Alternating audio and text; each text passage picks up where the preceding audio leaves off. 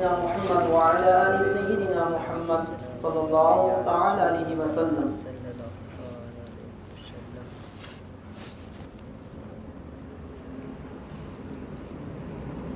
موت کے تعلق سے مسلسل 2 جمعہ ہم لوگوں نے خطاب سماعت کیا.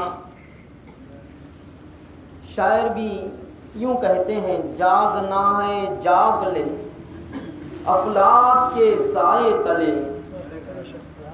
جاگنا ہے جاگ لے افلاک کے سائے تلے حشر تک سونا پڑے گا خاک کے سائے تلے. موت سے کس کو رستگاری ہے, موت سے کس کو رستگاری ہے, آج وہ کل ہماری باری ہے, آج وہ کل ہماری باری ہے. آگاہ اپنی موت سے کوئی بشر نہیں, آگاہ اپنی موت سے کوئی بشر نہیں. سامان 100 برس کا ہے پل کی خبر نہیں. سامان ہمارے پاس 100 برس کا ہے لیکن پل کی خبر نہیں کہ پل میں کیا ہونے والا ہے ہمارے ساتھ. الحمدللہ مسلسل 2 جمعہ ہم لوگوں نے موت کے تعلق سے قرآن اور احادیث کی روشنی میں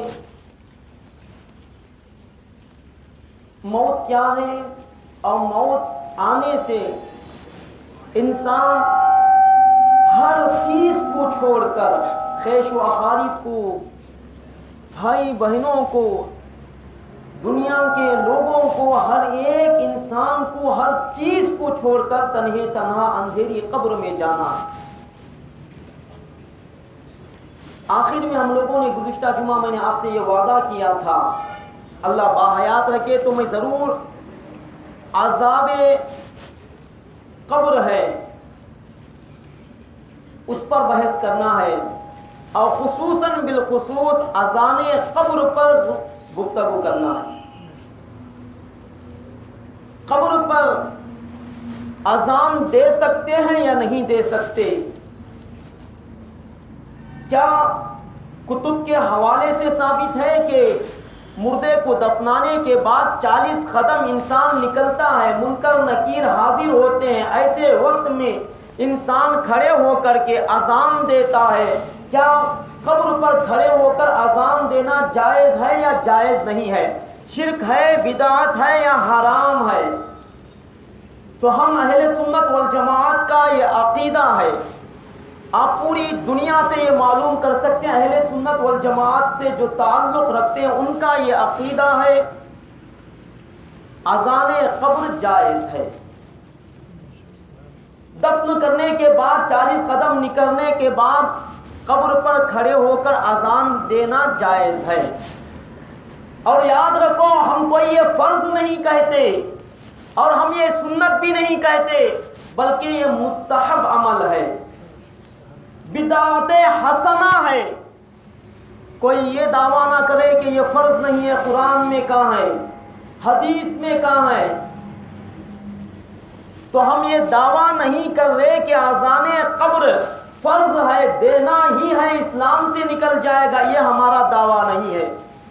یہ ہم واجب ہونے کا بھی دعویٰ نہیں کر رہے ہیں بلکہ مستحب عمل ہے, بدعت حسنہ ہے, اچھی بدعت ہے. اذان قبر پڑھنے سے مردے کو انس حاصل ہوتا ہے, اس سے فائدہ ملتا ہے مردے کو. تو کس طرح سے ہے یہ, کیا کن کتابوں کے حوالے سے معلوم ہوتا ہے کہ قبر پر کھڑے ہو کر, قبر کے پاس کھڑے ہو کر کے اذان دے سکتے ہیں یا اذان نہیں دے سکتے؟ تو محترم سامعین کرام, سب سے پہلے ہم لوگوں نے احادیث کو سماعت کر چکے. جس جگہ اذان ہوتی ہے پورے احادیث میں آپ کے سامنے پڑھ کر سناؤں گا. اذان ہوتی ہے تو اذان کی آواز سن کر شیطان گوز مارتا ہوا بھاگتا ہے, 35 کلومیٹر دور بھاگتا ہے شیطان. تو اذان کی آواز سن کر شیطان بھاگتا ہے. اب قبر میں مردہ ہے, دنیا کی زندگی میں تھا انسان, اور دو ایسے وقت آتے ہیں سخت وقت، دو وقت ایسے ہیں، یہ ایک وقت ہے جانکنی کا وقت، یہ ایک وقت ہے منکر نکیر کے سوالات کا وقت۔ اگر جانکنی کے وقت میں بخیر چلا گیا، کلمے والی موت چلا گیا تو اس کے لیے یہ خیر ہے، اور قبر میں پہنچا، دنیا سے مانوس تھا، دنیا کے لوگوں سے ملا ہوا تھا، عجیب دنیا دیکھ رہا تھا، اور اندھیری قبر میں وہ پہنچا، کوئی اس کا پرسان حال نہ ہوگا، بھائی بہن ہر انسان اس سے جدا ہوگا، اندھیری قبر ہوگی، بس کام آنے والے اس کے نیک افعال ہیں، نیک کامیں ہیں۔ تو ایسے وقت میں منکر نکیر جب آ کر سوالات کریں تو ایسے وقت میں جب اذان دی جاتی ہے، اذان کی برکت سے اس کے سوالات میں آسانی پیدا ہوتی ہے۔ آئیے میں ان تمام چیزوں کو کتابوں کے حوالے سے، اس لیے میں کتاب بھی ساتھ میں لے کر آیا تاکہ کوئی اختلاف نہ رہے اور لوگوں کو بتانے میں بھی ایزی رہے۔ تو قبر پر بعد دفن اذان دینا جہاں جائز ہے، احادیث اور فقہی عبارات سے اس کا ثبوت ہے۔ مشکا شریف ہے، کتاب الجنائز ہے، لقنوا موتاکم لا الہ الا اللہ، لقنوا موتاکم لا الہ الا اللہ۔ اللہ کے نبی صلی اللہ علیہ وسلم نے فرمایا مردوں کو لا الہ الا اللہ سکھاؤ۔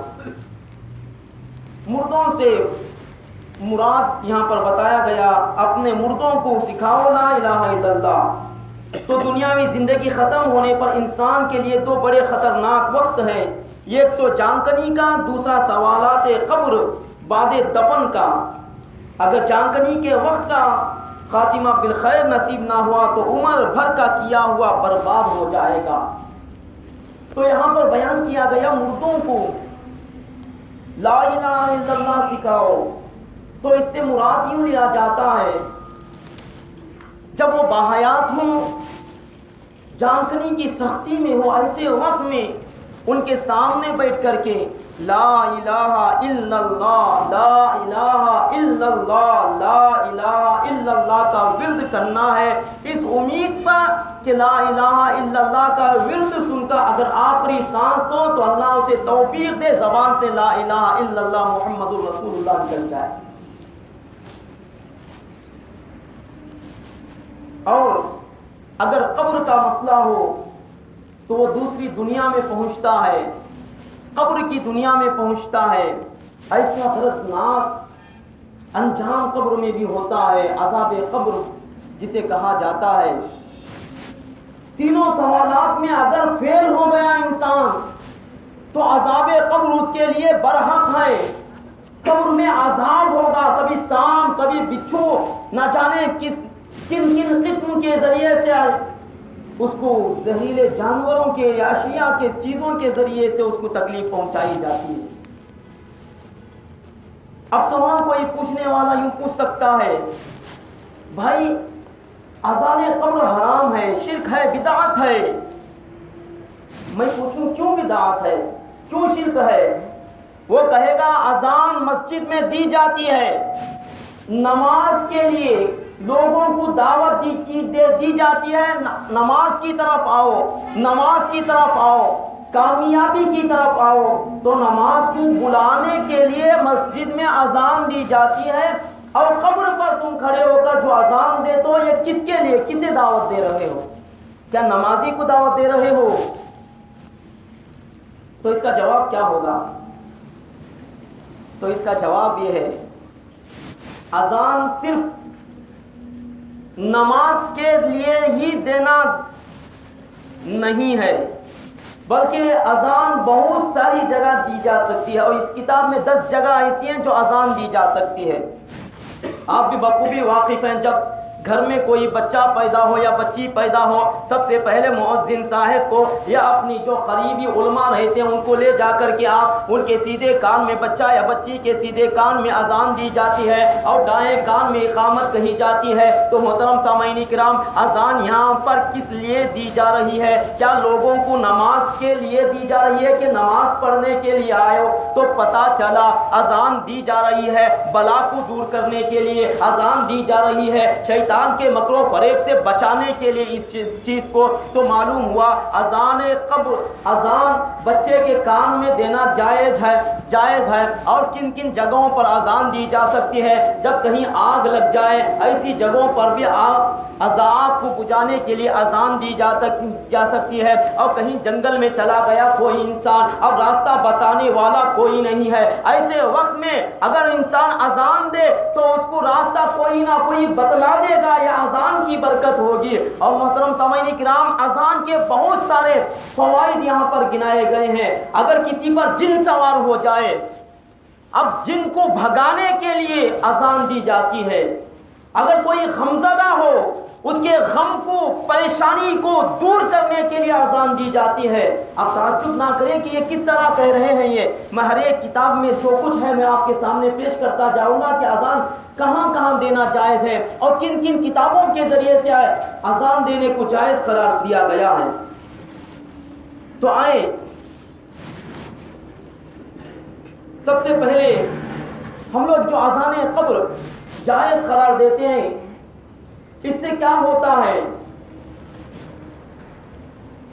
اور یہ بھی حدیث پاک ہے، جب مردے کو دفن کر کے 40 قدم انسان باہر چلے جاتے ہیں، اس وقت کھڑے ہو کر کے ذکر کرنا ہے، اذکار کرنا ہے۔ اور اللہ کے نبی صلی اللہ علیہ وسلم نے ارشاد فرمایا، یہ اونٹ ذبح کر کے اس کو تقسیم کرنے میں جتنا وقت خرچ ہوتا ہے اتنے وقت تک قبر کے پاس کھڑے ہو کر کے کچھ نہ کچھ پڑھنا ہے، ذکر کرنا ہے۔ اور ذکر لا الہ الا اللہ یہ بھی ذکر ہے، اور اذان بھی ایک ذکر ہے۔ اب جب انسان مردہ دفن کرنے کے بعد 40 قدم گئے، انسان مردہ ہے اندر، اب کوئی کھڑے ہو کر اللہ اکبر اللہ اکبر، مردے سے منکر نکیر یہ سوال کریں من ربو کا، تیرا رب کون ہے؟ جب اوپر آواز سنے گا اللہ اکبر اللہ سب سے بڑا، اللہ سب سے بڑا ہے۔ جب مؤذن کہیں اشہد ان لا الہ الا اللہ، میں گواہی دیتا ہوں کہ اللہ کے سوا کوئی عبادت کے لائق نہیں، تو اس کے سوال کا جواب مل رہا ہے من رب کا، تیرا رب کون ہے؟ اشہد ان لا الہ الا اللہ، میں گواہی دیتا اللہ کے سوا کوئی عبادت کے لائق نہیں، انہیں گواہی یوں دیتا ہے کہ میرا رب اللہ ہے۔ جب ماں دینوں کا پوچھا جاتا ہے تو سوال ماں دینوں کا جب پوچھا گیا تو اس وقت اذان میں حی علی الصلاۃ، آؤ نماز کی طرف، وہ مردہ پکار اٹھے گا میرا دین وہ ہے جس اسلام میں، جس دین میں پنجگانہ نماز فرض ہے، میں دین اسلام کا ماننے والا ہوں، مذہب اسلام کے علاوہ کسی مذہب میں پنجگانہ نماز فرض نہیں ہے۔ یہ اسلام کی خصوصیت میں سے ہے کہ اللہ تعالیٰ نے ہمیں ہمارے لیے نماز پنجگانہ فرض کیا ہے۔ تو جب ماں دینوں کا پوچھا جائے گا تیرا دین کیا ہے، تو مؤذن کہے حی علی الصلاۃ، آؤ نماز کی طرف، تو اس وقت وہ انسان کہے گا میرا دین اسلام ہے جس میں نماز پنجگانہ ادا کی جاتی ہے۔ جب پوچھا جائے گا آقا علیہ الصلوۃ والسلام وہاں پر حاضر ہوں گے، تیسرا سوال یوں پوچھا جائے گا ما کنت تقول فی حق هذا الرجل، اس شخص کے بارے میں تم دنیا میں کیا کہتے تھے؟ تو اس وقت اس کو جواب چاہیے ہوتا ہے۔ تو محترم سامعین کرام، جب اذان قبر دی جا رہی ہوتی ہے اس میں کہا جاتا ہے اشہد ان محمد رسول اللہ، تو وہ بندہ جب سنتا ہے، مردہ جب سنتا ہے، اللہ اسے توفیق دے تو وہ پکار اٹھے گا میں محمد صلی اللہ علیہ علیہ وسلم کو ماننے والا، یہ میرے نبی ہیں، یہ میرے آقا ہیں، یہ دو جہاں کے مالک و مختار ہیں، اللہ نے انہیں ساری کائنات کے لیے خالق کل نے آپ کو مالک کل بنا دیا، دونوں جہاں آپ کے قبضہ و اختیار میں، اللہ دونوں جہاں کو آپ کے قبضہ و اختیار میں دیا ہے، تو پکار اٹھے گا یہ تو محمد رسول اللہ صلی اللہ علیہ وسلم ہے۔ اور در مختار جلد اول ہے، باب الاذان میں ہے کہ 10 جگہ اذان کہنا سنت ہے۔ ارے وہ کون سی جگہ ہے؟ نماز پنجگانہ کے لیے اذان دی جاتی ہے، بچے کے کام میں اذان دی جاتی ہے، نمبر 2۔ نمبر 3 آگ لگنے کے وقت میں۔ نمبر 4 جبکہ جنگ واقع ہو، جنگ کے وقت میں بھی اذان دی جاتی ہے، مسافر کے پیچھے اور جن کے ظاہر ہونے پر، جب انسان غصے میں آ جائے، غصہ زیادہ ہو جائے، غصے والے پر بھی اذان دی جاتی ہے، جو مسافر کے راستہ بھول جائیں وہ بھی انسان اذان دیتا ہے، اور مرگی والے کے لیے۔ اور شامی میں اسی کے ماتحت قد یسن الاذان بغیر الصلاة كما في اذان المولود ومحموم والمسروع والغضبان ومن ساء خلقه من انسان او بهيمة وعند مزدهم الجيش وعند الحريق وقيل عند انزال الميت القبر قياسا على اول خروجه للدنيا لكن رده ابن حجر في شرح العباب وعند تفول غیلان ان تمرد۔ نماز کے سوا چند جگہ اذان دینا سنت ہے، اس کو نقل کیا گیا، ہم لوگوں نے سنا اس عربی عبارت کو۔ تو کن کن جگہوں پر اذان دی جا سکتی ہے، اس شامی کے ذریعے سے اس کو بتایا گیا، شامی میں اسی کے ماتحت جو بیان کیا گیا۔ چند جگہ اذان دینا سنت ہے، بچے کے کان میں، غمزدے کے، مرگی والے کے، غصے والے کے کان میں، جس جانور یا آدمی کی عادت خراب ہو اس کے سامنے، لشکروں کے جنگ کے وقت، آگ لگ جانے کے وقت، میت کو قبر میں اتارتے وقت، اس کے پیدا ہونے پر قیاس کرتے ہوئے، لیکن اس اذان کو سنت ہونے کا ابن حجر علیہ رحمہ نے انکار کیا۔ بہرحال اذان ایک ہی جگہ صرف نماز کو بلانے کے ہی لیے نہیں، بلکہ چند ایسی جگہیں ہیں جہاں پر اذان دی جا سکتی ہے، اذان دی جاتی ہے۔ اب کوئی بھی لے لے، کسی بھی انسان کو لے لے، چاہے اہل سنت والجماعت کا مکتب فکر سے ماننے والا یا دوسرے مکتب فکر سے تعلق رکھتے ہوں، ہر انسان تو اپنا بچہ پیدا ہو تو اذان تو کان میں دیتا ہے۔ اور محترم سامعین کرام،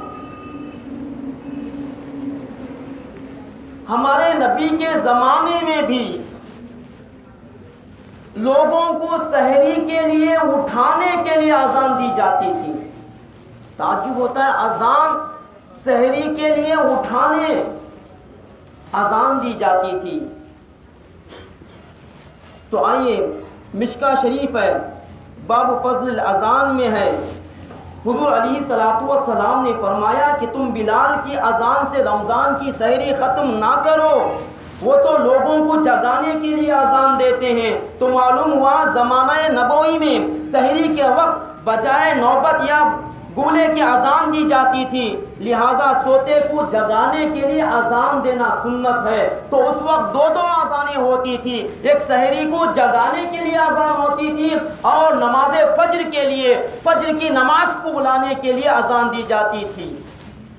تو اس وقت میں بھی اللہ کے نبی نے خود ارشاد فرمایا، تم بلال کی اذان سے رمضان کی سحری ختم نہ کر دو، وہ تو لوگوں کو جگانے کے لیے اذان دیتے ہیں، وہ تو لوگوں کو جگانے کے لیے اذان دیتے ہیں۔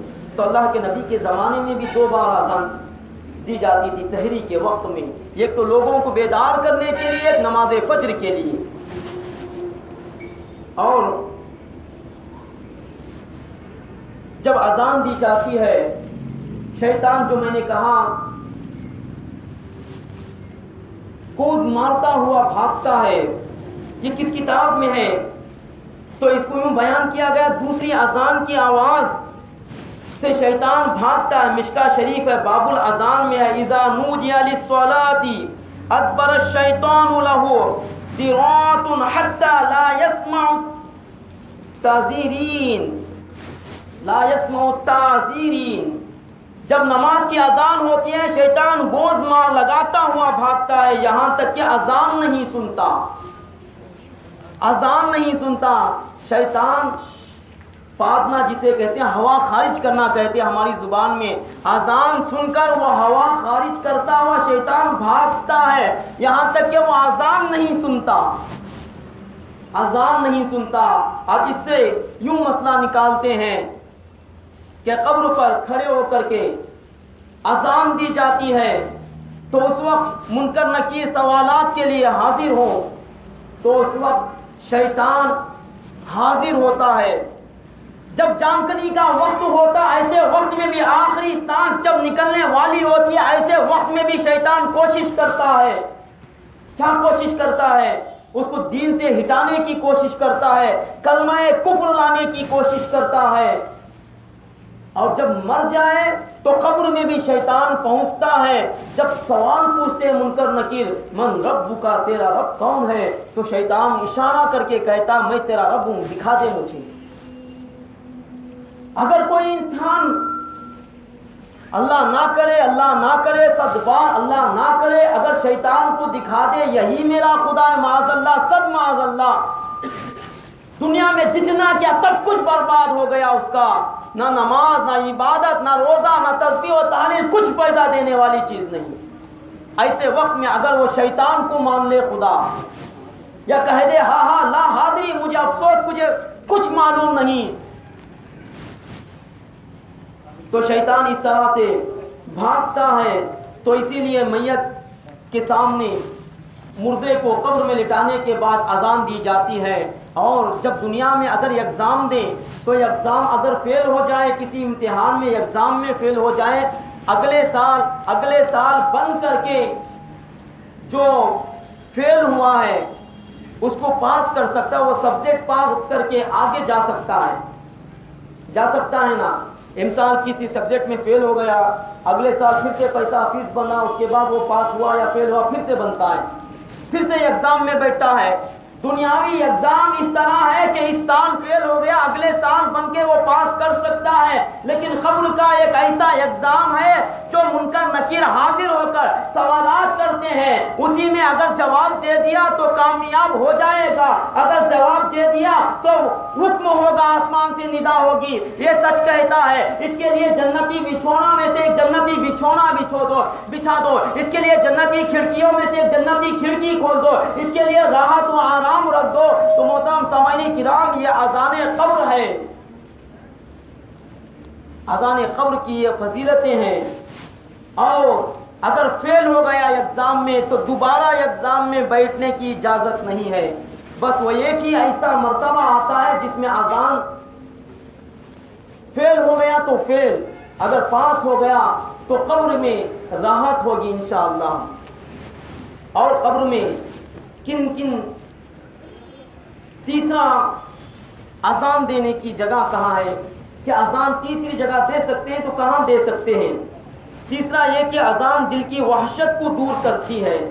ابو نعیم اور ابن عساکر نے ابو ہریرہ رضی اللہ تعالی عنہ سے روایت فرمائی, نزل آدم بالہند واستوحش فنزل جبرائیل فنادى بالاذان. حضرت آدم علیہ السلام ہندوستان میں اترے, ان کو سخت وحشت ہوئی, پھر جبرائیل امین آئے اور اذان دی. اس طرح سے مدارج النبوہ جلد اول ہے, صفحہ نمبر 62 ہے. پھر اور میت بھی اس وقت عزیز و اقارب کو چھوڑ کر تاریک مکان میں اکیلا پہنچتا ہے, سخت وحشت میں ہوتا ہے. تو ایسے وقت میں امتحان میں ناکامی کا خطرہ ہوتا ہے. اذان سے اس کا دل بہلتا ہے.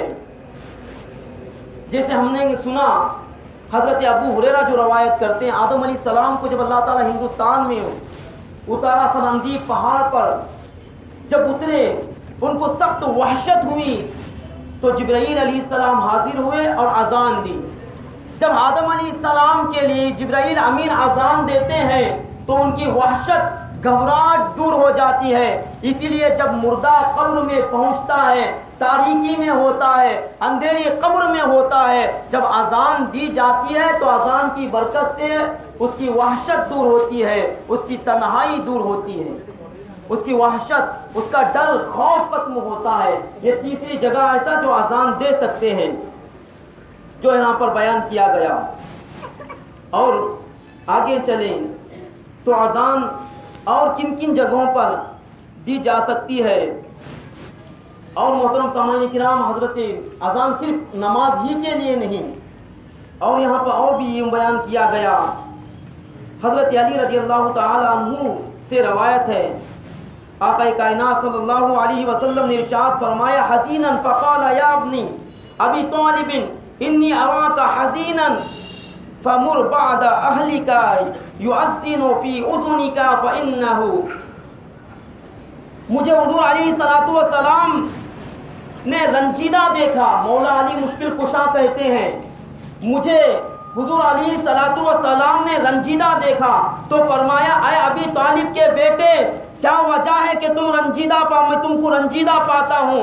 تم کسی کو حکم دو کہ تمہارے کان میں اذان کہہ دے، کیونکہ اذان غم کو دور کرنے والی ہے، کیونکہ اذان غم کو دور کرنے والی ہے. تو اللہ کے نبی صلی اللہ علیہ وسلم جب حضرت مولا علی شیر خدا کو غم زدہ پاتے ہیں تو کہتے ہیں، اے ابن علی، تم کسی سے کہو کہ وہ اذان دے، اذان کی برکت سے تمہارا غم دور ہو جائے گا. تو یہاں پر بھی اذان دی گئی. اب میں پوچھنا چاہتا ہوں، یہاں پر کون سی نماز ہے جو اذان دی گئی ہے؟ بچے کے کان میں اذان ہو رہی ہے، کیا کون سی نماز کے لیے دعوت دی جا رہی ہے؟ کہیں آگ لگ رہی ہے، اس کو بجھانے کے لیے اذان دی جا رہی ہے. یہاں پر کون سی نماز کو مدعو کیا جا رہا ہے؟ تو معلوم ہوا اذان بہت ساری جگہ دی جا سکتی ہے. تو اور میں بتا رہا تھا 5 جگہ کئی وہاں پر اذان دینا جائز ہے یا نہیں. اور یہاں تک کیا، اور آگے بزرگان دین حتیٰ کہ ابن حجر علیہ الرحمہ بھی فرماتے ہیں، جربتہ فوجدتہ کذالک کذا فی المرقات. مرقہ شریف نے باب الاذان میں ہے، یعنی میں نے اس کو آزمایا، مفید پایا. ابن حجر کہتے ہیں کہ میں نے اس کو آزمایا، مفید پایا. اب مردے کے دل پر اس وقت جو صدمہ ہے اذان کی برکت سے دور ہوگا اور وہ سرور حاصل ہوگا، اس کو سرور حاصل ہوگا. تو اذان دینے سے اسے سرور ملتا ہے. اور 5ویں جگہ اذان کس جگہ دی جا سکتی ہے؟ 5ویں جگہ یہ کہ اذان کی برکت سے لگی ہوئی آگ بجھ سکتی ہے. ابو یعلا نے ابو ہریرہ رضی اللہ تعالی عنہ سے روایت کیا، اطیق الحریق بالتکبیر وَإِذَا رَأَيْتُمُ الْحَرِيقَ فَكَبِّرُوا فَإِنَّهُ لِيُطْفِئِ النَّارَ. تو کہا گیا لگی ہوئی آگ کو بجھانے کے لیے تکبیر سے بجھاؤ، لگی ہوئی آگ کو تکبیر سے بجھاؤ. اور جب تم آگ لگی ہوئی دیکھو تو تکبیر کہو، کیونکہ یہ آگ کو بجھاتی ہے. اور اذان میں تکبیر تو ہے، اللہ اکبر. لہذا اگر قبر میت میں آگ لگی ہوئی ہے، قبر میت میں آگ لگی ہوئی ہے، تو امید ہے کہ خدا کے پاس اس کی برکت سے بجھا. تو یہ یہاں پر بھی بیان کیا گیا کہ آگ کو بجھانے کے لیے اللہ اکبر کہو. اللہ اکبر تکبیر کی برکت سے اس کی وہ آگ بجھ جائے گی. تو کہا گیا جب قبر پر کھڑے ہو کر کے اذان دیتا ہو تو اس وقت قبر میں اگر عذاب ہو رہا ہو تو اذان کی برکت سے، اذان میں کیا ہے؟ اللہ اکبر تکبیر ہی تو ہے. یہ اذان صرف نماز ہی کے لیے نہیں بلکہ یہ ذکر بھی ہے. اذان سب کچھ ذکر ہے اس میں. تو آپ کو اس کو قبر میں جو تکلیف ہو اس کو دور کرنے کے لیے اذان کہی جاتی ہے. اور 6ٹھی جگہ کون سی ہے جس جگہ اذان دی گئی ہے؟ 6ٹھی جگہ یہ کہ اذان ذکر اللہ ہے، اور ذکر اللہ کی برکت سے عذاب قبر دور ہوتا ہے اور قبر فراخ ہوتی ہے، تنگی قبر سے نجات ملتی ہے. امام احمد و طبرانی و بہقی نے جابر رضی اللہ تعالی عنہ سے سعد بن معاذ رضی اللہ تعالی عنہ کا دفن کا واقعہ نقل کر کے روایت کرتے ہیں سبح النبی صلی اللہ علیہ وسلم ثم کبر وکبر الناس قالوا یا رسول اللہ صلی اللہ تعالی علیہ وسلم لما سبحت قال لقد تضايق على هذا الرجل الصالح قبره حتى خرج اللہ تعالی عنہ، یعنی دفن بعد دفن حضور علیہ الصلوۃ والسلام نے سبحان اللہ فرمایا۔ سبحان اللہ، ہمارے نبی کے زمانے میں بھی آقا علیہ الصلوۃ والسلام پہنچے، جب دفن کیا گیا تو اس وقت اللہ کے نبی نے کہا دفن کرنے کے بعد سبحان اللہ، پھر اللہ اکبر حضور نے بھی فرمایا اور دیگر حضرات نے بھی، لوگوں نے عرض کیا یا حبیب اللہ تسبیح و تکبیر کیوں پڑھی؟ ارشاد فرمایا اس صالح بندے پر قبر تنگ ہو گئی تھی، اللہ نے قبر کو کشادہ فرما دیا۔ اللہ نے اللہ اکبر کی برکت سے، سبحان اللہ تکبیر کی برکت سے اللہ تبارک و تعالی نے اس کی قبر جو تنگ ہو گئی تھی اس کو اللہ نے کشادہ کر دیا۔ تو اللہ کے نبی کے زمانے میں بھی بظاہر جس طرح اذان کی اس طرح اذان قبر پر نہیں دی گئی، اور میں اب اس سے پہلے بھی عرض کر چکا یہ اذان قبر فرض نہیں مانتے ہم، اور اذان قبر کو واجب بھی نہیں مانتے، بلکہ بدعت حسنہ ہے اور اچھی بدعت ہے اور مستحب عمل ہے، اس سے مردے کو فائدہ حاصل ہوتا ہے۔ جب مردے کو فائدہ حاصل ہو تو اس لیے اذان دی جاتی ہے کہ مردے کو فائدہ حاصل ہو، اور اسی کو اللہ کے نبی صلی اللہ علیہ وسلم نے جو فرمایا قبر کشادہ فرما دیا اللہ تعالیٰ نے۔ اس کی شرح میں علامہ سیوی فرماتے ہیں کہ اے ما زلت مکبرا و متکبرون و اسبح و تسبحون حتی فرجہ اللہ، یعنی ہم اور تم لوگ تکبیر و تسبیح کہتے رہو یہاں تک کہ اللہ نے قبر کو کشادہ فرما دیا۔ تکبیر کہتے رہو، سبحان اللہ کہتے رہو، اللہ تعالیٰ اس کی تنگی کو، قبر کی تنگی کو دور کر کے کشادہ فرمائے گا۔ تو وہاں پر بھی ذکر کیا گیا۔ ہم یہ اہل سنت والجماعت میں علماء اہل سنت بڑے بڑے مفسرین جو گزرے ہیں انہوں نے بھی کہا اذان قبر جائز ہے، اذان قبر سے مردے کو فائدہ حاصل ہوتا ہے۔ اور آگے بڑھیں تو ہمارے نبی صلی اللہ تعالی علیہ وسلم نے اس وقت بھی سبحان اللہ الحمدللہ کہا تھا، سبحان اللہ۔ اور آگے بڑھے تو 7ویں جگہ کون سی ہے جہاں پر اذان دی جا سکتی ہے؟ میں بتا رہا ہوں کہ اذان صرف نماز ہی کے لیے نہیں بلکہ بہت ساری جگہ اذان دی جا سکتی ہے۔ اب کن کن جگہوں پر اذان دی جاتی ہے اور کن کن کتابوں میں یہ لکھا ہوا ہے کہ کان میں اذان دیا جا سکتا ہے بچے کے یا بچی کے، کن کن جگہوں پر یہ لکھا ہوا ہے کہ ایسے وقت میں دیگر اوقات میں اذان دی جا سکتی ہے، اس کو ہم لوگ سماعت کر رہے ہیں۔ اور 7ویں جگہ یہ اذان میں حضور علیہ الصلوۃ والسلام کا ذکر ہے، اور صالحین کے ذکر کے وقت نزول رحمت ہوتا ہے۔ جہاں پر انبیاء کا ذکر ہوتا ہے وہاں پر نزول رحمت، اللہ تعالیٰ کی رحمت کا نزول ہوتا ہے، نزول رحمت ہوتا ہے۔ امام سفیان بن عینیہ فرماتے ہیں عند ذکر الصالحین تنزیل الرحمہ، اور میت کو اس وقت رحمت کی سخت ضرورت ہے۔ غرض یہ کہ ہماری تھوڑی سی جنبش زبان سے اگر میت کو اتنے بڑے بڑے ساتھ فائدے پہنچائیں تو کیا حرج ہے؟ تو ثابت ہوا قرآن قبر پر اذان دینا باعث ثواب ہے، قبر پر اذان دینا باعث ثواب ہے۔ تو اسی لیے ہم اہل سنت والجماعت کا یہ عقیدہ ہے، جب مردے کو دفن کرتے ہیں 40 قدم باہر جانے کے بعد کھڑے ہو کر کے اذان دیتے ہیں، اذان کی برکت سے یہ تمام چیزیں انہیں فائدہ پہنچاتی ہیں جو ہم لوگوں نے 7 جگہوں پر اذان دی جاتی ہے، کن کن جگہوں پر اذان دی جا سکتی ہے اور کس لیے اذان دی جاتی ہے، اس کو ہم لوگوں نے سماعت کیا ہے انشاءاللہ تبارک و تعالی۔ اس کے بعد اور اسی کے آگے ہم لوگ سماعت کریں گے کہ اذان جو دی جاتی ہے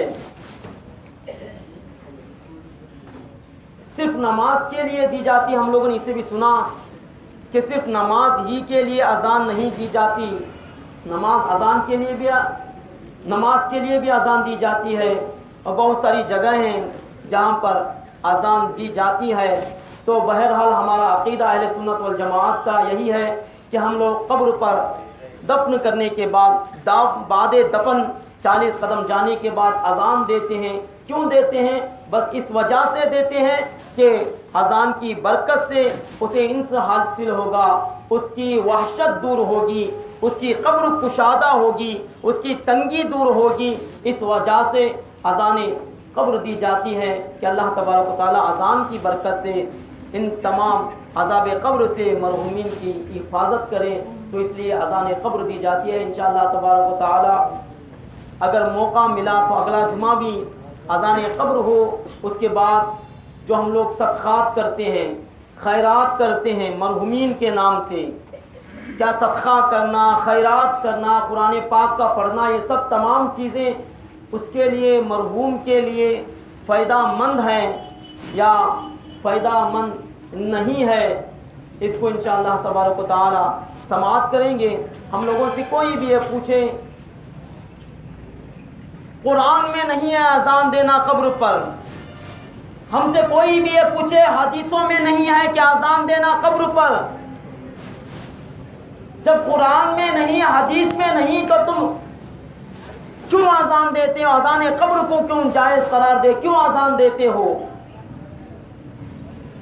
تو میں پوچھنا چاہتا ہوں, ایسے بہت ساری چیزیں ہیں جو قرآن میں نہیں ہے, حدیث میں نہیں ہے. اب میں پوچھنا چاہتا ہوں آپ لوگوں سے, جو مساجد پکی بنی ہوئی رہتی ہیں, فین ہے, اے سی ہے, قالین بہتر سے بہتر بچھی ہوئی ہے, یہ کیا ہے؟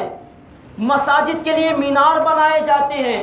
کیا ہمارے نبی کے زمانے میں مینار بنائے گئے تھے؟ نماز کے اوقات ہمارے سامنے فکس ہیں کہ ظہر میں 1:30 بجے جماعت کھڑی کرتے ہیں, عصر میں وقت منتقل الگ الگ ہوتا ہے, تو اس وقت کبھی 4:45 بجے جماعت, کبھی 5 بجے جماعت, کبھی 5:15 بجے جماعت, ابھی 5:15 بجے چل رہی ہے. عشاء کے وقت میں ہماری مسجد میں 8:15 بجے جماعت کھڑی کرتے ہیں ہم لوگ, کسی مسجد میں 8:30 بجے, کسی مسجد میں 9 بجے, کسی مسجد میں 9:30 بجے. کیوں؟ لوگوں کی سہولت کی وجہ سے. کیا قرآن میں ہے, کیا حدیث میں ہے کہ اتنے ہی ٹائم پہ جماعت قائم کرو؟ تم نے یہ منتخب کیا 9:30 بجے اذان دیں گے, 8:15 بجے اذان دیں گے, وقت شروع ہو گیا. یہ پکی روڈیں کیا ہمارے نبی کے زمانے میں تھی؟ کیا قرآن میں ہے, حدیث میں ہے؟ تم آج جو بہتر سے بہتر ڈش استعمال کرتے ہو, بہتر سے بہتر پکوان بنا کر کے کھاتے پیتے ہو, کیا یہ تمام چیزیں؟ تو محترم سامعین کرام, بہت ساری چیزیں ہیں. اگر قرآن اور احادیث سے, جیسے اللہ نے قرآن پاک میں بھی ارشاد فرمایا ایھا الذین آمنوا صلوا علیہ وسلموا تسلیما, اپنے نبی صلی اللہ علیہ وسلم پر خوب درود و سلام بھیجا کرو. اس میں اللہ تعالیٰ نے یہ نہیں کہا صبح میں پڑھو یا شام میں پڑھو یا بیٹھ کر پڑھو یا اٹھ کر پڑھو, یہ نہیں کہا, فکس نہیں کیا اللہ تعالیٰ نے. اے ایمان والوں, تم بھی نبی صلی اللہ تعالیٰ علیہ وسلم پر خوب درود و سلام بھیجا کرو. جب وقت مقرر نہیں کیا گیا تو علماء نے کہا جب وقت مقرر نہیں ہے تو یہ مطلقاً جائز ہے کہ تم صبح میں پڑھو یا دوپہر میں پڑھو یا شام میں پڑھو, جمعہ میں پڑھو یا نماز فجر کے بعد پڑھو, یہ جائز ہے, یہ قید نہیں ہے. اسی طرح شریعت میں حرام نہیں ہے اذان قبر, شریعت میں احادیث سے یہ حرام قرار نہیں دیا گیا ہے. جب حرام بھی نہ ہو, اس کے کرنے سے گناہ بھی نہ ہو, اگر اچھی بدعت ہے, اچھی بدعت ہے, بدعت حسنہ ہے, تو اس سے ثواب ملے گا. تو اب کوئی پوچھے یہ بدعت ہے, ہر چیز کو بدعت کہتے ہیں. ہماری چیزیں نظر آئیں تو بدعت نظر آتی ہے. ان کے مدارس میں, پہلے زمانے میں مدارس نہیں تھے, ہمارے نبی کے زمانے میں مدرسہ نہیں تھا.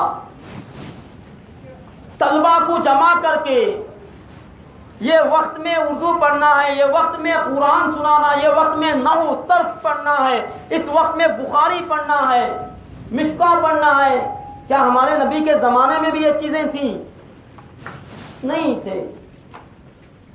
آج ختم بخاری کا رکھا جاتا ہے اور امید کرتے ہیں ختم بخاری کی برکت سے اللہ تبارک و تعالی ہماری دعاؤں کو قبول کرتا ہے. تو ہمارے نبی کے زمانے میں بخاری تھی ہی نہیں. بخاری شریف ہمارے نبی کے زمانے میں نہیں تھی، بعد میں وہ بخاری شریف آئی. حدیثوں کو تو مانتے ہیں، بخاری کو ہم تسلیم کرتے ہیں، لیکن ہمارے نبی کے زمانے میں بخاری نہیں تھی. اب تم کیا کہو گے جو کہتے ہیں بخاری بخاری بخاری؟ تو ہمارے نبی کے زمانے میں بخاری بھی نہیں تھی.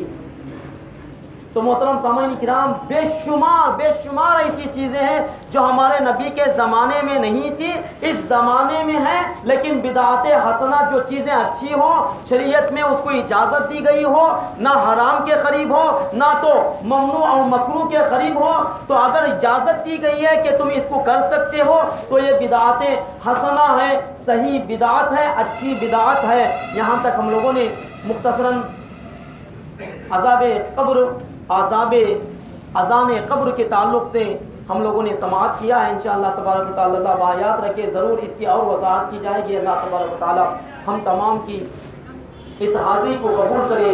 جن حضرات کو بھی اس کے تعلق سے اور زیادہ معلومات حاصل کرنا ہے تو جال حق کتاب ہے جو انگلش میں بھی ہے، اردو میں بھی ہے. جال حق کا ضرور مطالعہ کریں. اس میں مفصل انداز میں، بہت اچھے انداز میں، بہتر حسن انداز میں سمجھایا گیا کہ ہر چیز کے تعلق سے اس میں سمجھایا گیا ہے. انشاءاللہ تبارک و تعالیٰ کوشش کریں معلومات حاصل کرنے کے لیے. جاء الحق وما علینا الا البلاغ.